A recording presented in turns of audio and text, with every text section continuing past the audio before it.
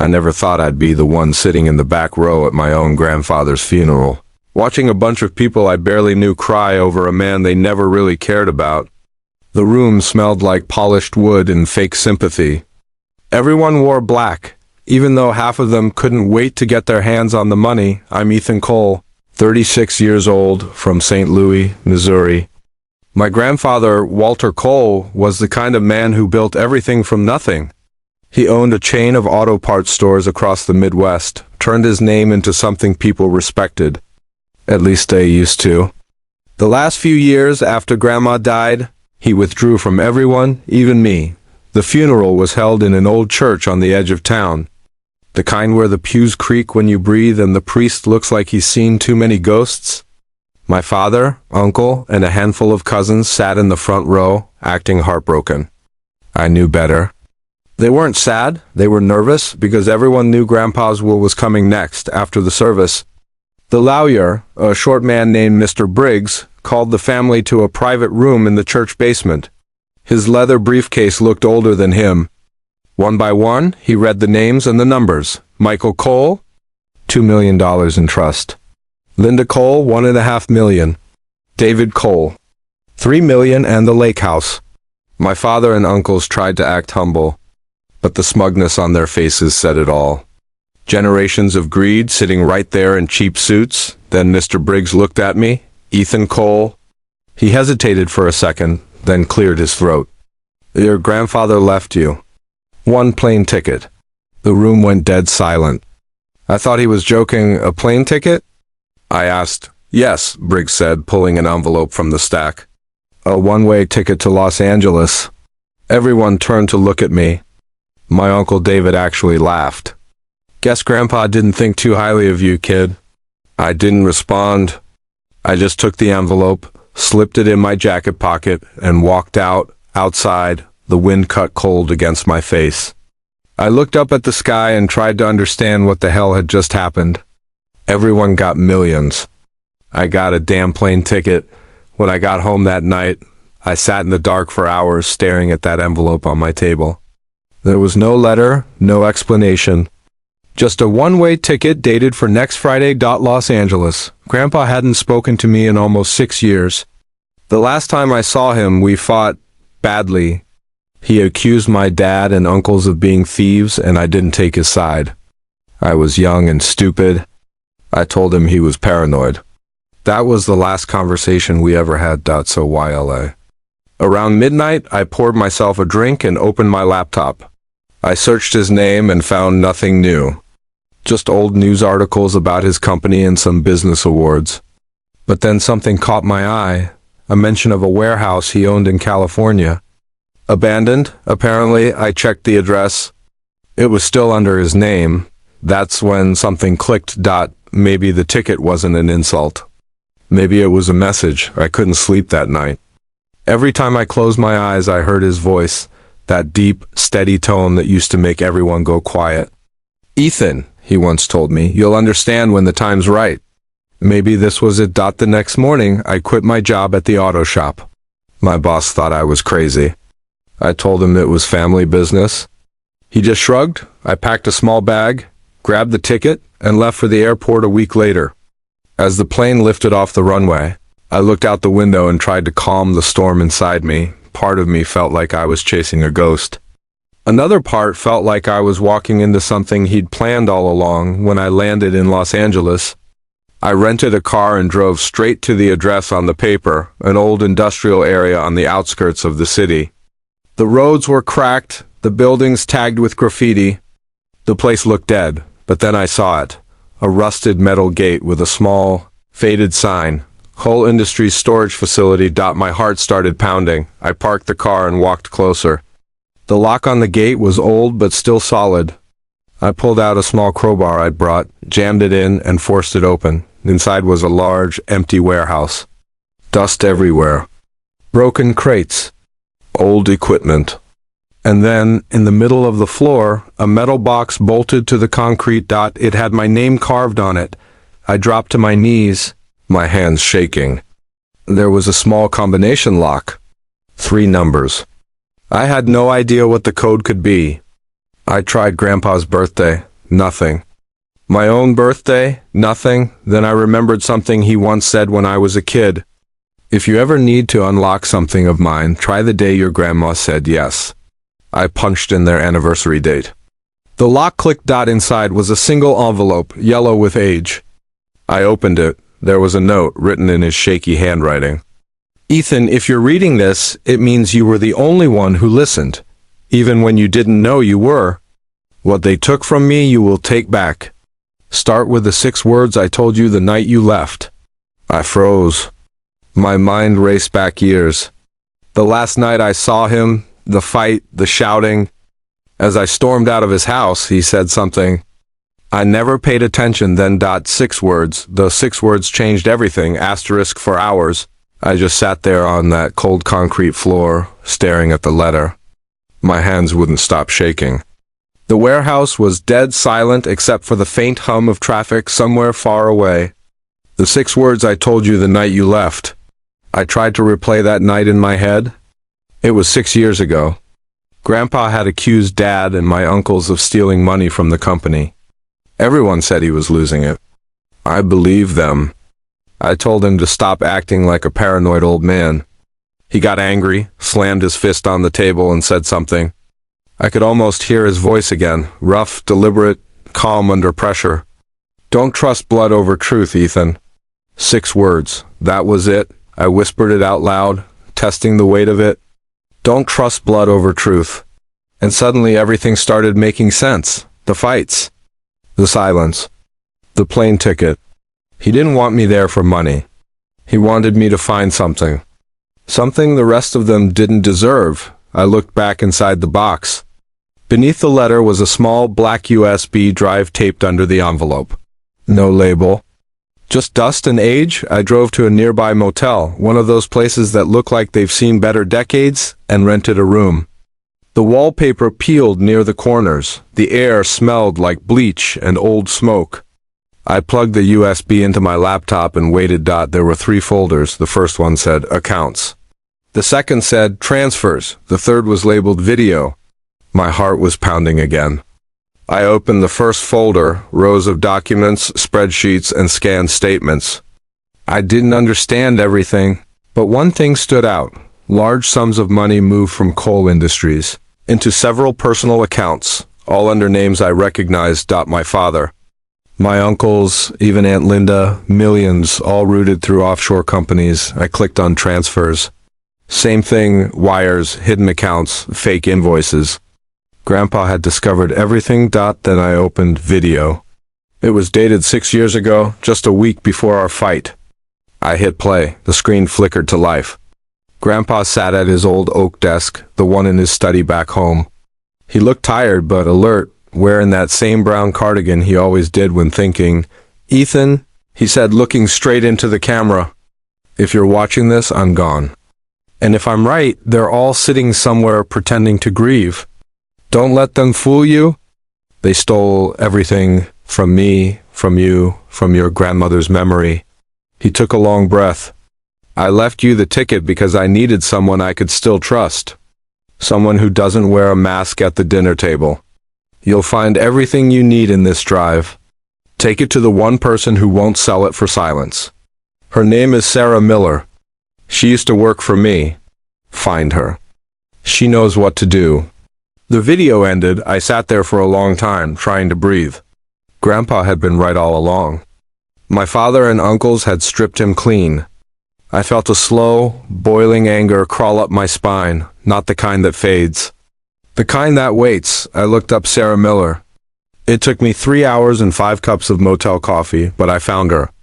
Retired accountant. Lives in Pasadena. I called the number listed on an old business registry. No answer. I tried again the next morning. Still nothing. So I drove there myself. Her house was small, neat, tucked behind a white picket fence. I knocked twice. No response. I was about to leave when I heard a voice behind me. Can I help you? I turned. A woman in her late 60s stood by the gate, carrying groceries.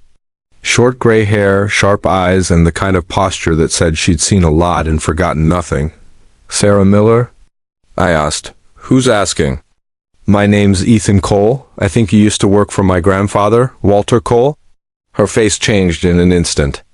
The grocery bag slipped a little from her hand. Walter? She whispered. You're his grandson? Yes, he left me something. A video. He said you'd know what to do. She studied me for a long moment, then nodded toward the house. Come in. Inside, the place was spotless, everything organized, like she didn't trust chaos. She led me to a small living room filled with old photos and stacks of papers. Your grandfather was a good man, she said, pouring coffee into 2 mismatched mugs. But he made enemies, even in his own family. I know, I said quietly. He found out they were stealing. She nodded slowly. He told me he had proof. Sighed, he was preparing to expose them. But then he got sick, and I never heard from him again. I handed her the USB drive. He wanted me to give you this. She plugged it into her old desktop computer. When she saw the files, her eyes widened. Oh my God, this is everything. Bank statements, transaction IDs, shell companies, this could bury them. Then let's do it, I said. She looked at me carefully. It's not that simple, Ethan. If you expose this, you're not just embarrassing them. You're destroying them. People like your father don't go down quietly. I don't care, I said, and I meant it. They left him to die thinking he was crazy. They deserve worse. Sarah stared at me, then gave a small nod. All right. I'll help you. But you need to be smart. Don't talk to anyone. Don't call home. I'll reach out to a contact of mine, an investigative reporter. Someone who won't sell out? She turned back to the screen. Once this goes public, there's no turning back. I watched her work, scanning through files, highlighting key pieces of evidence. My pulse was steady, my hands no longer shaking. For the first time since that funeral, I knew exactly what I was supposed to do. Revenge wasn't about rage. It was about justice, quiet, cold, and patient. When I left her house that evening, the sky was bruised with sunset. And the first real sense of purpose I'd felt in years settled in my chest. But as I got into the car, I noticed a black SUV parked across the street. The windows were tinted and the engine was running. It didn't move. Neither did I after a few minutes. The SUV pulled away, slow, deliberate, and turned the corner. I sat there for a long time, gripping the steering wheel, trying to calm my breathing. They knew, somehow. They already knew I was in Los Angeles. Asterisk, I didn't sleep that night. Every time a car passed by outside the motel window, I jumped. The glow from the parking lot light kept flashing across the ceiling like a warning.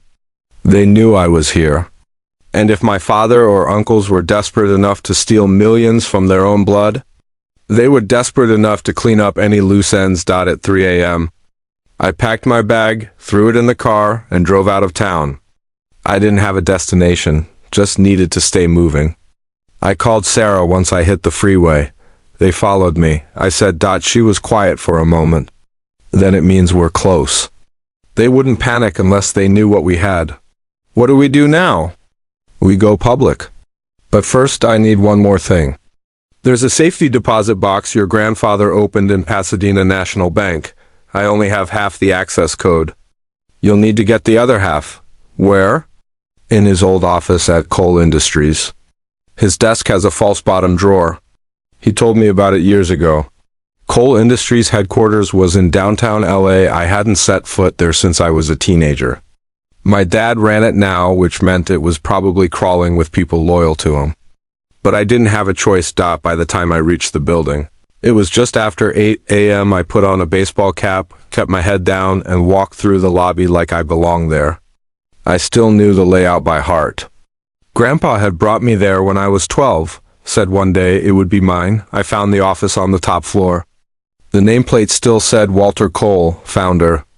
My chest tightened as I pushed the door open. The room was dark, dusty, untouched since he passed.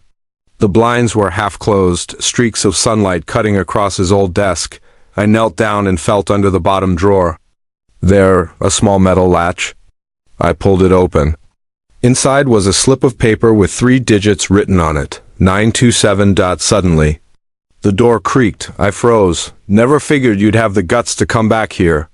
It was my father. He stood in the doorway, sharp suit, colder eyes. His voice was calm, too calm. Dad, I said quietly, you shouldn't have come to LA, son. You're making things messy? Messy? I laughed. You robbed Grandpa blind. You made him die thinking he was crazy. He walked in slowly, closing the door behind him. He was crazy. Always talking about loyalty and truth. Truth doesn't pay the bills, Ethan. Money does.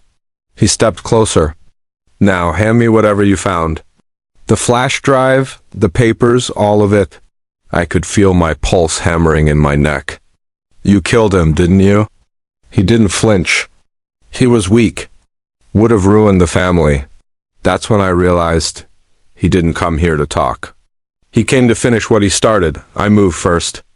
I grabbed the nearest thing I could reach, a heavy paperweight, and threw it toward the window. Glass shattered, triggering the alarm. He lunged forward, but I ducked under his arm and bolted out the door. Security rushed toward the noise, but I slipped past while my father shouted behind me. By the time I reached the parking garage, my hands were shaking so bad I almost dropped the keys. I drove straight to Sarah's. When she saw my face, she knew. They tried to stop you.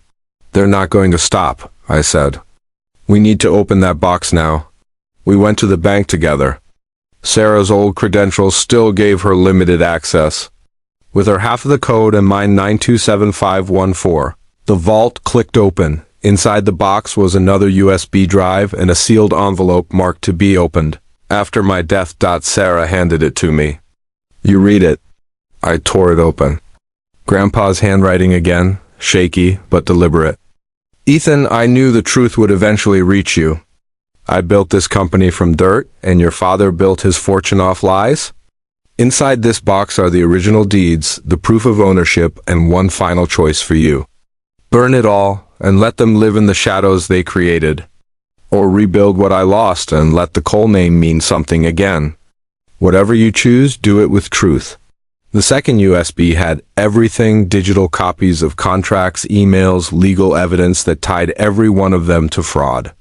It was enough to ruin their entire empire. I looked at Sarah. We leak it. She nodded. I'll make the call. 2 days later, the story broke on national television. Coal Industries family scandal, multi-million-dollar fraud exposed. My father and uncles were arrested within hours. Offshore accounts frozen. Properties seized.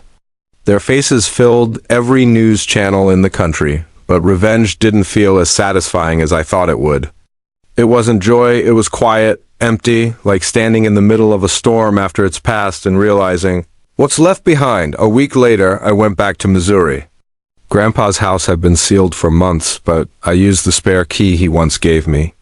Everything was still there, his chair by the window, the old radio that barely worked, and a photo of him and Grandma on their wedding day. I sat there for hours, listening to the clock tick. The world outside finally knew the truth, but I would have given anything to hear his voice again, even just once. As I got up to leave, I noticed something wedged behind the photo frame, a small folded piece of paper.